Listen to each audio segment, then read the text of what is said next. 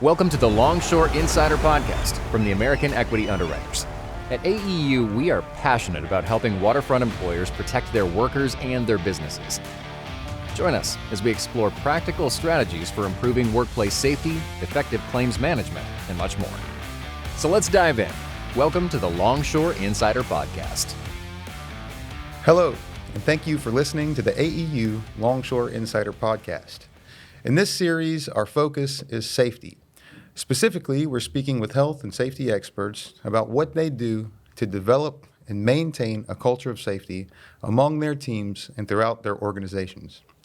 I'm Mike Jernigan with the American Equity Underwriters, and I'm joined by Loss Control Manager Matt Hockman to provide his perspective on AEU's approach to safety, and Jason Reynolds, Health and Safety Manager at Donjon Shipbuilding. Matt, Jason, it's great to have you here this morning. Thanks for having us. Thanks for having us. So, Jason, tell me a little bit about what you do and what your company does.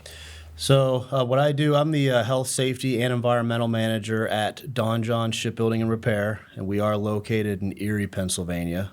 So we engage in the building of ships, barges, articulated tug barge vessels, hopper barges.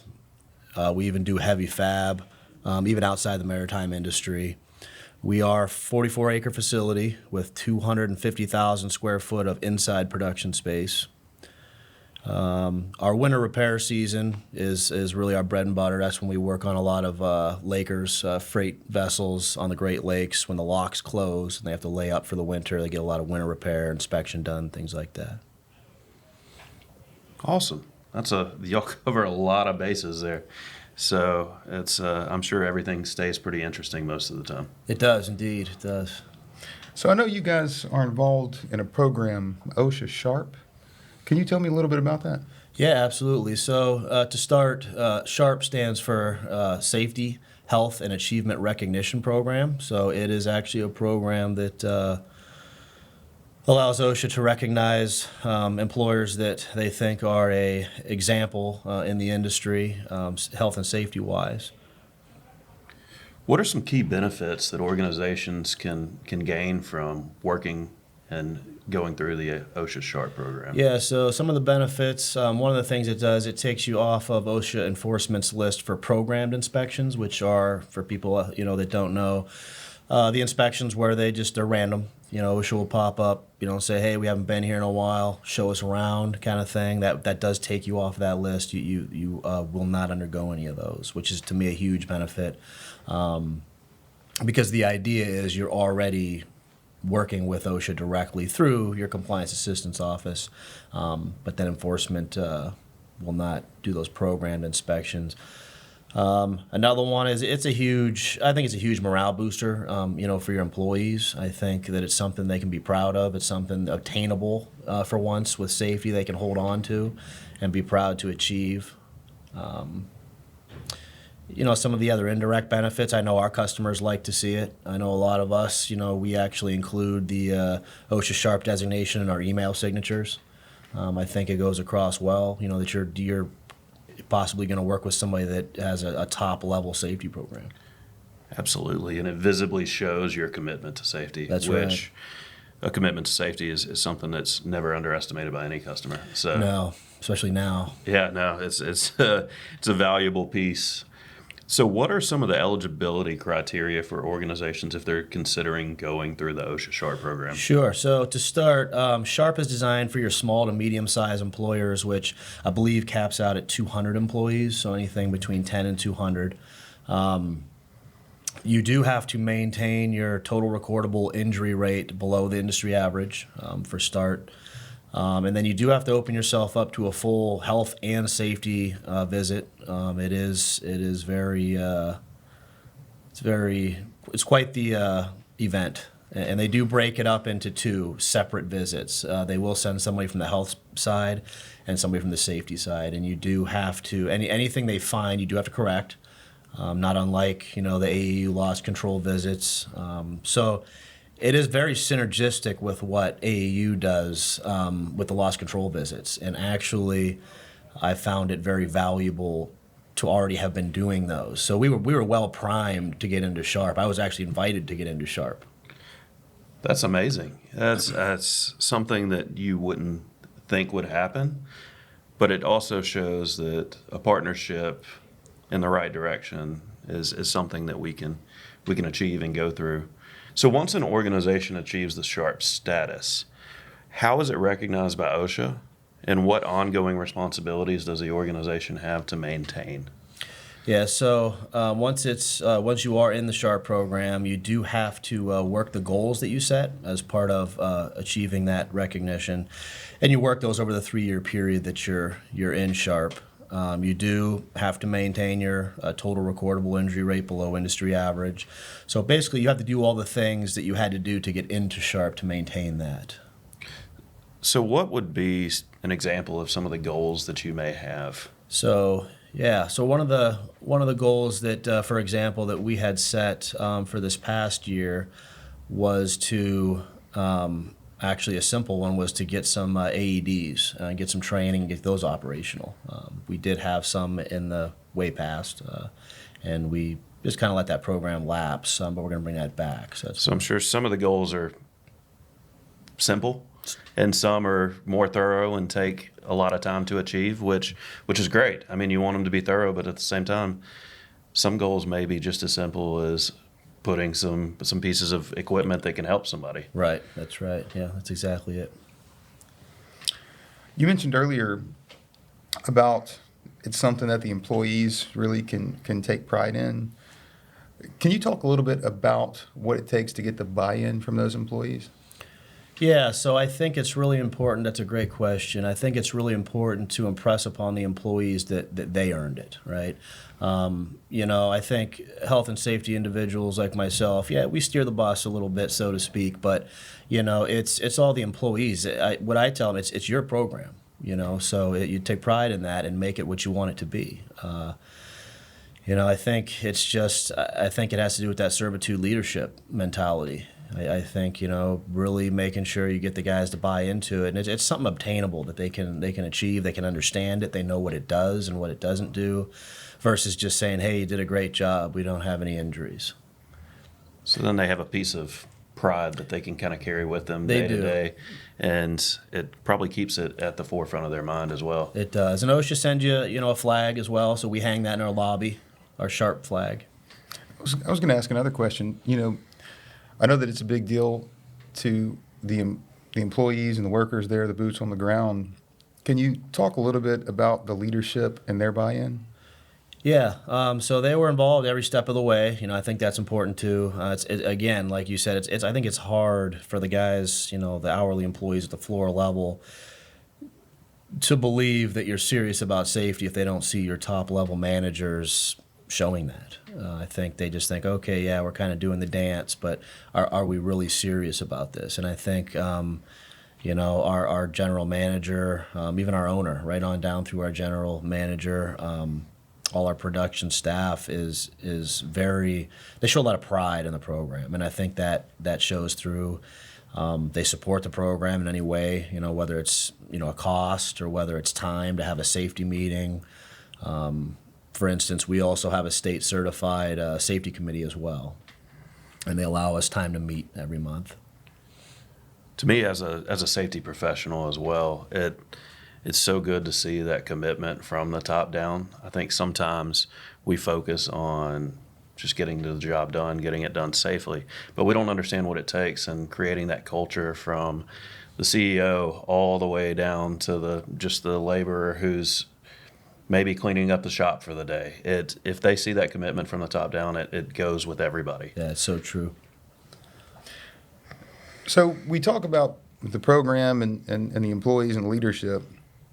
Could you maybe share a little bit about what a day looks like for you and what it is exactly, the touch points that you have throughout the day with your employees? Yeah, another great question. I think it is important to get out on the floor, so obviously all of us have our day-to-day answering emails and getting reports done, things like that. But I definitely make it a point to get out on the floor, and check in with guys, see what they're working on, how they're working on it.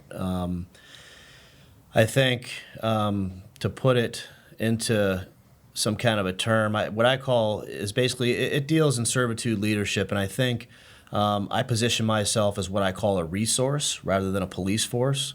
And I think that's so important to get the guys to accept you as that. It's not easy because, yes, you do have to act in some policing capacity, right? But I think to have them understand that what you're looking to do is not stop their work, but to help them continue to do it safely and more safe. So through those conversations, they begin to understand, hey, obviously he doesn't want to stop my work. He wants to show me the safest way I can continue it. A big part of my day is actually making contact with the guys on the floor, looking at the job sites and having some of those conversations, both with, the production guys on the floor and their supervisors, so that I can try to basically support a culture that is very open and where we're viewed as a resource. It's kind of the same way that we view things from an AU loss control perspective. We always focus on fact finding, not fault finding. As soon as you start finding faults in somebody's work, that's when they shut down, and you're not going to get the best out of that employee. So I think finding the facts and teaching them why we need to change what we're doing and how we're doing it, I think what you're saying goes perfectly hand in hand with that approach. Yeah, I agree, and it's so important. So I'm glad that AEU recognizes that, and I know our loss control manager, Jason Lake, does, so works very well. Can you maybe talk about a time where you did have to sort of do a little bit of that policing and maybe describe how you might handle some of those situations and just because I know that it must take finesse, and you guys talk about it. It's not fault finding; it's fact finding. What does that look like? Yeah, that's another great question. So what I found right away is there's a lot of human factors. So I think to answer that question, it even depends on who it is that you're addressing. What I've found is different employees respond to different things. So one example that I could think of is, saw a guy that was, working from heights, had a harness on, a fall protection lanyard. He was using an anchor point, but the anchor point was a little low. So when you looked at it, the fall distance assessment really probably wasn't made. So I said, hey, look, I always like to start off by recognizing the good things they're doing, right? Because we want to keep those. So I said, hey, look, I see, you got your harness on, you're clipped in, you're using an anchor, it's a good anchor, except for the fact it's a little low. So what we want to do is let's stop, let's move, let's select a higher anchor, and if you don't have one, let's get one up there. And then clip into that because you're really close. And I really appreciate the effort, but your anchor is just a little low, and probably the deck is going to stop your fall before the lanyard. So much of it's in the delivery. It's not necessarily what you're telling them. It's how you deliver the news and how you get them to kind of change their thought process, because you don't know what somebody doesn't know. Or doesn't recognize. It's not that they're intentionally doing it wrong every time. There are circumstances when there's bad habits that are continuously having, but at the end of the day, most of the time, it's an honest mistake, I would say, in the field. Yeah, I agree. And so right away, I always take up the stance of taking ownership of it, meaning if I see that, then I'm going to automatically assume that the guy is not properly trained, right? He might have been instructed, but I can't say he's been trained unless there's feedback. And the feedback he's giving me is that he doesn't understand a fall distance assessment, for instance. So I'm going to take ownership of that, and I'm going to tell him that way. I'm going to say, hey, look, I see you got the harness on, you're getting it. But one thing is, maybe I wasn't clear enough through the trainings that we've done that, hey, you got to move that anchor up. Now, usually they're like, no, I remember. I just forgot. But again, it's in the delivery because you're taking some ownership in that with them. Yes. And being diligent about those things is how you guys landed that OSHA SHARP designation, right? That's right. Yeah. That's right. So for organizations that are looking to obtain an OSHA SHARP designation, what tips do you have for them? How would you tell them to prepare for that? Yeah, so, it kind of happened very naturally for us. But with that said, I learned a lot through that. What we did was we actually, which I would encourage other employers to do, is to find your local OSHA compliance assistance office. Usually it's a university in your area, but you can call OSHA, you can go on the website, and that's actually where we started as a lead up to this. So basically doing those OSHA compliance assistance visits, which are very similar to SHARP in the way that they're doing the full health and safety comprehensive inspections.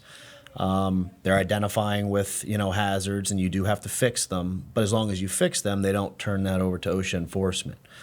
Alongside of that, we're lucky enough to have partnered with AEU, so we get the loss control visits. So between those two things, we're going through everything once a year like that. So we did the OSHA compliance assistance for 3 years, and it doesn't mean you have to, but we took advantage of that program for 3 years.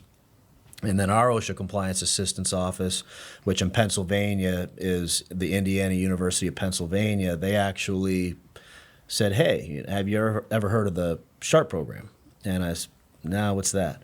So they explained it to me. This is about 5 years ago now. They explained it to me, and I said, yeah, sure, sounds like a good thing to me. Where do we start? And they said, well, that's the thing. You kind of already did. You'd probably be a good candidate for it because we keep coming here and we're not really finding much. And I'm looking at your total recordable incident rate and it's below industry average.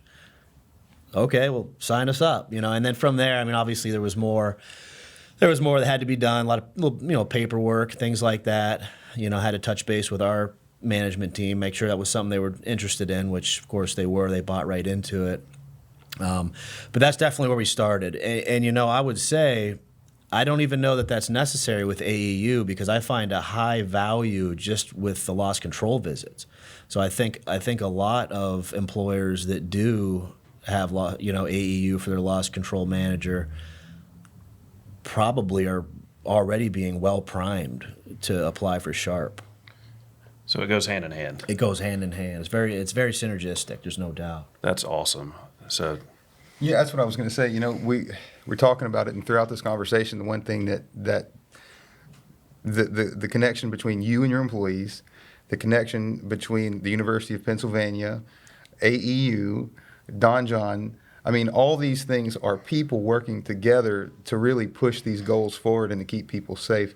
The value in that, it's that you can't put a price on it. So, Right. Yeah.